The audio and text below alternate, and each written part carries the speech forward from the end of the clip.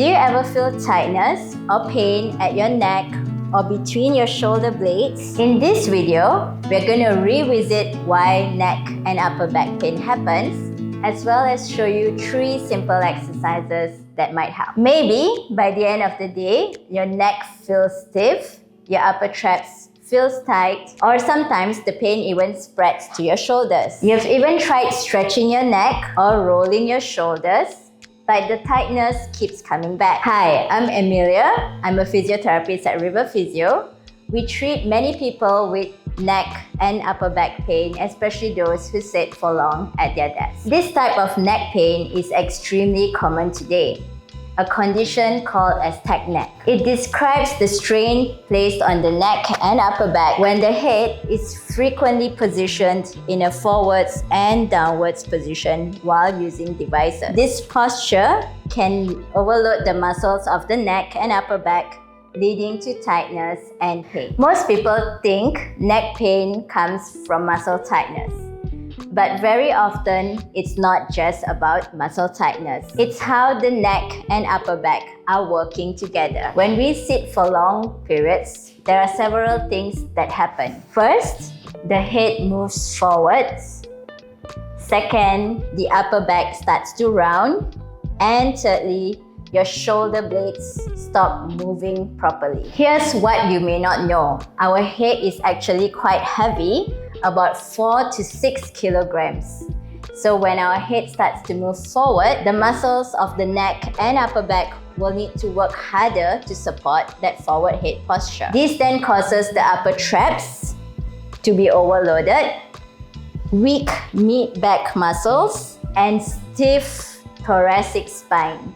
So you might recognize some of these symptoms: tightness in the upper traps, pain between your shoulder blades, just there, neck stiffness when turning your head, headaches coming from the neck, and even heavy feeling around your shoulders. People try stretching their neck when it feels tight. Stretching may provide temporary relief, but if the underlying problem is weakness or poor movement from the upper back, the tightness will keep returning. That's why a good treatment approach usually includes improving upper back mobility, strengthening the shoulder blade muscles, and of course, improving posture habits. Now, are you wondering if your posture has issues? Here's a quick self-check you can try. So, stand sideways in front of a mirror. Ask yourself, is your head sitting forwards from your shoulders? A good gauge would be making sure your earlobe is in line with the middle of your shoulders.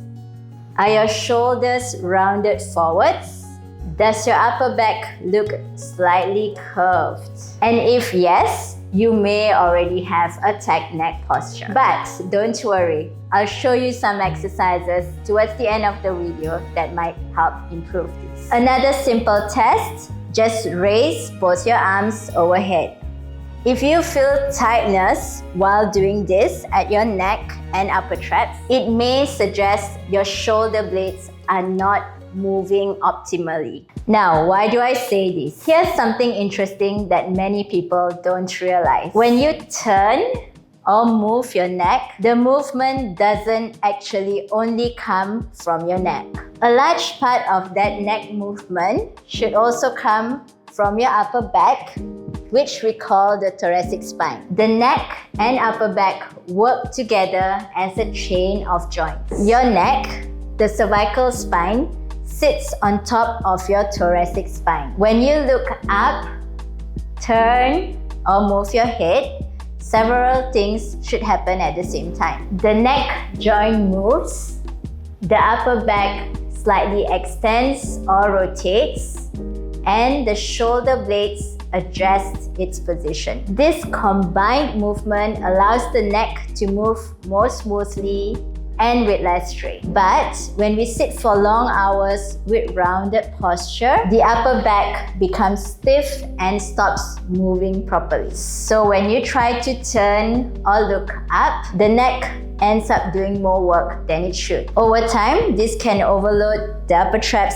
and muscles of the neck, which leads to tightness and pain many people feel. A simpler way to understand this: think of your neck and upper back as a team working together. The upper back provides a stable and mobile base, while the neck sits on top of it. But if the upper back becomes stiff, like a locked or rusty joint, then the neck has to compensate and move more than it should. It's a bit like trying to turn your head while wearing a very tight jacket. Over time, that extra load leads to tightness, fatigue, and pain. Now for the exercises. As we already know, the neck muscles may not always be tight. Sometimes they're just tired from working too much. What really helps in most cases will be improving the way the upper back and shoulder blade muscles support the neck. When those muscles start doing their job properly, the neck muscles do not have to work too hard.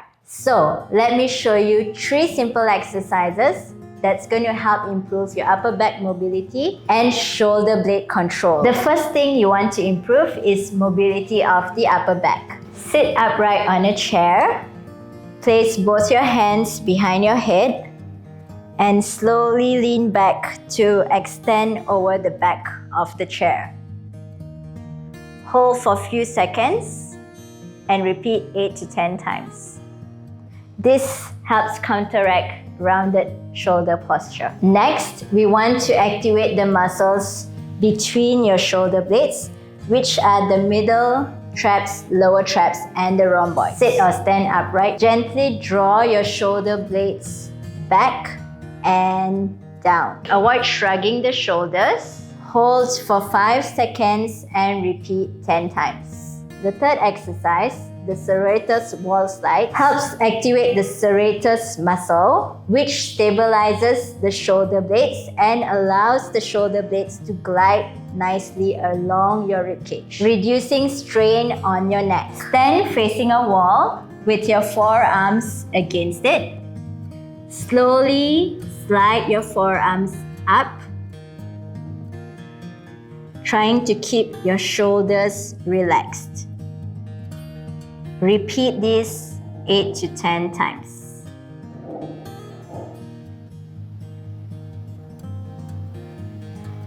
In addition to exercises, one of the most important things is movement throughout the day. Try not to stay in one posture for too long. Even standing up, stretching, or walking every 30 to 60 minutes can help reduce strain on your neck and upper back. Avoid looking down at your screen for long periods and keep shoulders relaxed while typing.